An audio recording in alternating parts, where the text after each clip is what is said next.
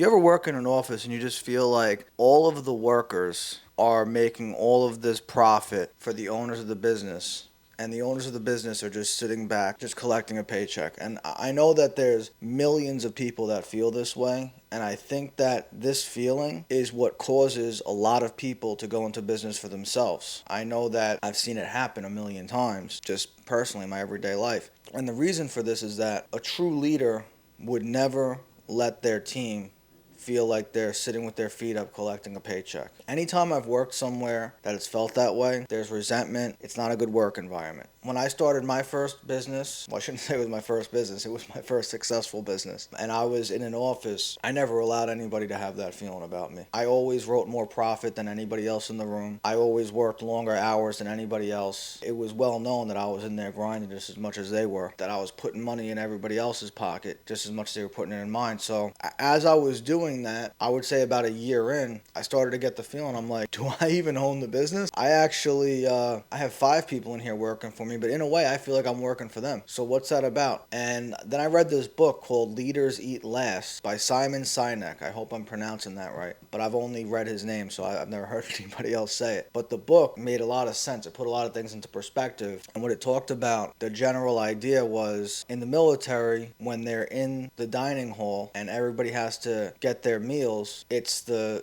privates that get their food first, and basically it works its way up the ladder to where the highest ranking officials in the military actually get their food last. He relates that to being a leader just in everyday life and in business, and it makes so much sense when you relate it to business, because it's kind of obvious to people that know every single week and every single month there's overhead that has to get paid, there's payroll that has to go out, everybody gets their food or their money, and then whatever's left over in the end is what the owner of the company gets. That's just like the most basic way of looking at it. But when you look at it from the perspective of being a good leader, then it's how could I take care of my team before I take care of myself?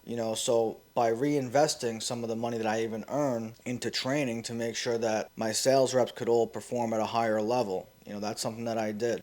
Making sure that I show up early and I leave late. It shows dedication to the business. It shows that being able to prepare everybody on my team too by having sales meetings and being able to give them valuable information they could use when they're pitching every day, and just any little thing that I could do, paying for lunch, paying for coffee. I would, if I ever went to get something to eat or if I ever went to go get coffee, I never went without offering everybody in the room. And it was easier for me because I was in a smaller office. I only had 5 people under me at this time. So I'm not saying that if you have 20, 30, 40, 50, 100 employees, that every single day you got to buy everybody something, and every single time you eat you got to buy somebody something. But doing little things like having days where you do that. Like, I don't care how big my company ever got, I would always have days where I would say, listen, lunch is on me today, I'm taking the team out today, I'm getting everybody coffee. Like, these are things you got to do to show your appreciation, because if people feel appreciated,